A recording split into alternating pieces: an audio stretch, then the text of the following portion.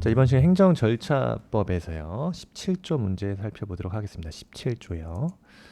그 처분의 신청 방법에 대한 쟁점이고요. 그래서 문제를 먼저 보시면은 간단한 사례죠. 그래서 A는 유해화학 물질 신규 사업을 위해서 관련법상 요구하는 구비서를 갖추어서 행정청 B에 영업허가 신청을 한 경우입니다. 그래서 신청 절차에 대해서 약속을 하시오. 이건 이제 행정절차법 제17조에 대한 내용입니다. 예, 17조. 신청 절차에 대해서 신청 방법, 그다음에 편의 제공, 처리, 그다음에 효력 발생까지 써주시면 될 것 같고요. 2번에서 B의 거부처분 통지서에 행정청 B의 거부처분 통지서에 거부처분을 하면서 그 근거법으로 화학물질관리법상 지정조건 위반으로 신청에 대한 영업허가를 불허한다. 네. 라고만 기재되어 있다. 그 거부처분의 절차상 하자가 있는지 검토하라 이겁니다. 그래서 사안 같은 경우에서 문제가 되는 것은 그 처분에 있어서 근거법 뿐만 아니라 그 이유 정도, 이유 부기에 대한, 이유 제시에 대한 정도가 문제되는 거죠. 이에 대해서 행정절차법상의 명문의 규정은 없지만 우리 판례 입장이 어떻게 이유 제시의 정도를 해석하고 있는지에 대한 판례 입장을 잘 적어주면 되겠습니다. 그래서 1번 쟁점에서 신청 절차에 대해서 17조요. 당연히 신청 방법은 행정청에 처분을 구하는 그 신청 자체는 문서로 한다. 문서로. 그리고 전자문서를 할 수 있죠. 근데 전자문서를 하는 경우에는 언제 신청된 것으로 본다. 행정청에 컴퓨터 등에 입력된 때 신청한 것으로 본다. 어쨌든 문서주의다 라고 나와 있고, 두 번째 편의 제공입니다. 편의 제공. 어떻게 됩니까? 행정청은 신청에 필요한 구비 서류, 그 다음에 접수 기관, 처리 기간, 그 밖에 필요한 사항에 대해서 필요한 사항 자체를 게시하거나 다른 행정청에 접수할 수 있는 신청의 종류를 미리 정해서 공시해야 된다. 정해서 공시해야 된다. 입니다. 그 다음에 접수예요. 접수. 네. 행정청은 신청을 받은 때에는 어떻게 됩니까? 접수를 부당하게 거부하거나 되돌려 보내서는 안 되겠죠. 당연히 신청을 접수하게 되면 뭘 줘야 됩니까? 신청인에게는 접수증을 행정청은 교부해야 됩니다. 접수증을 교부해야 된다. 그 다음에 행정청은요, 그 신청에 대해서 흠이 있다. 흠이 발견됐어. 그 신청에 대해서 흠이 있으면은 보완에 필요한, 각하를 바로 하는 것이 아니라 보완에 필요한 상당한 기간을 정해서 보완을 하면 되는 거죠.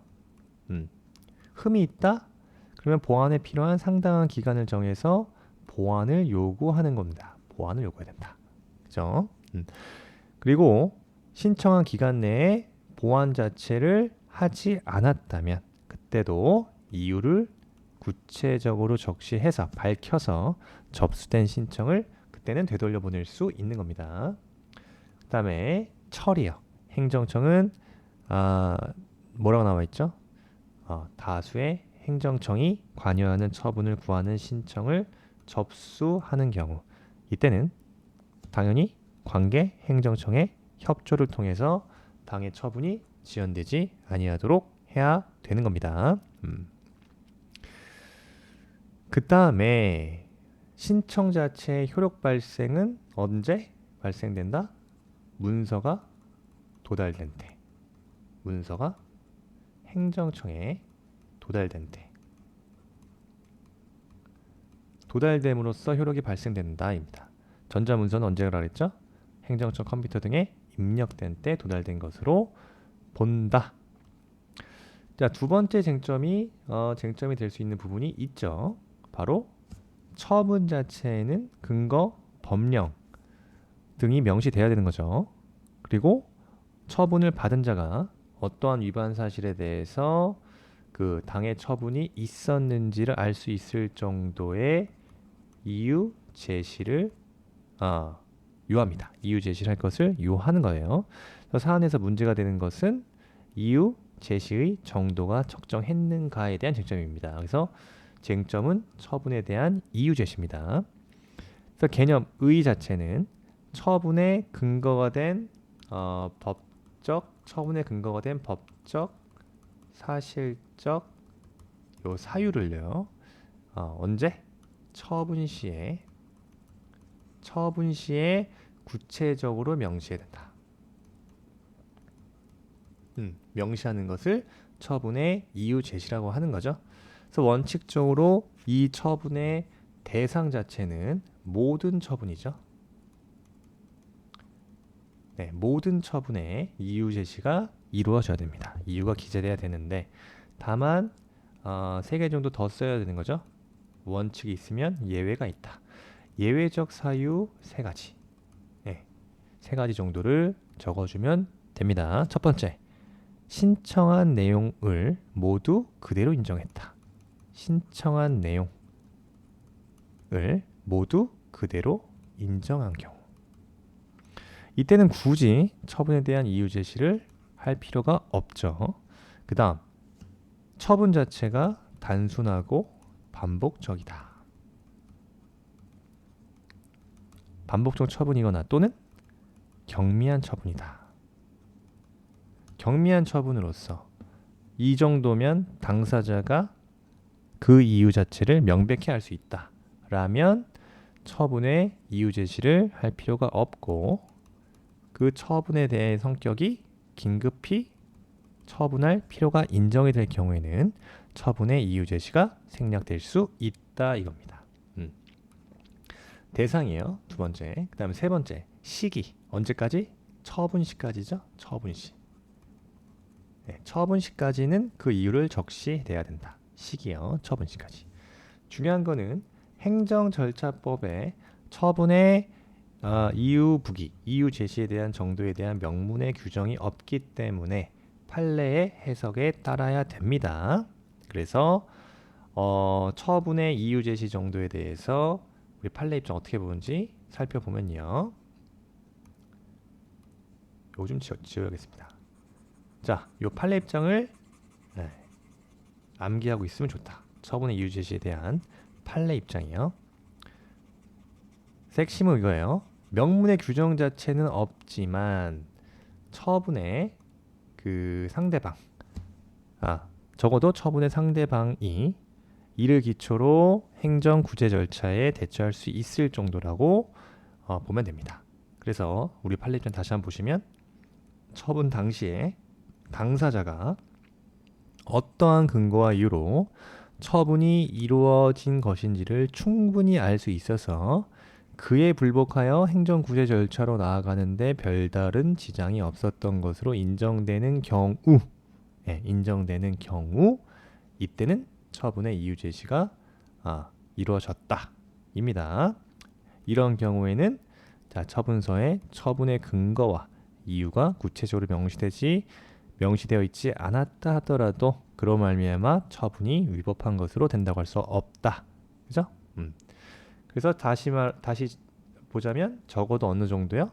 처분의 상대방, 기타 이해관계인이 이를 기초로 해서 행정구제 절차에 나아가는데, 그죠? 행정구제 절차에 적절하게 대처할 수 있을 정도. 이게 중요한 말입니다. 행정구제 절차로 나아가는데 별다른 지장이 없었던 것으로 인정되는 경우, 요거에 중요한 중요한 문구겠죠.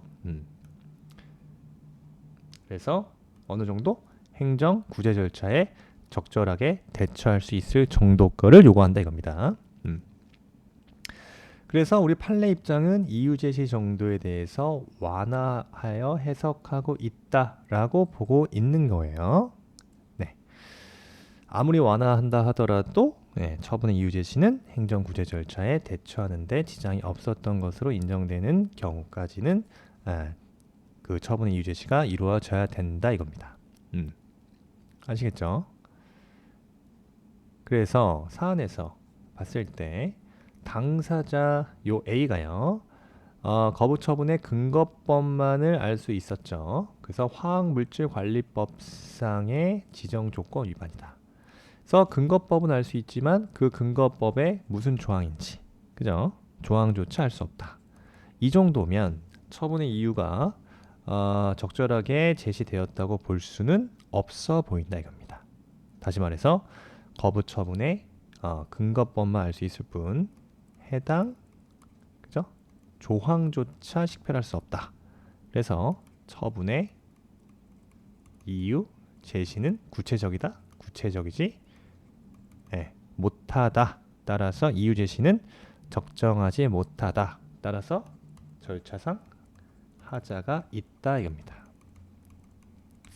이렇게 정리하시면 되겠습니다. 자, 수고하셨습니다.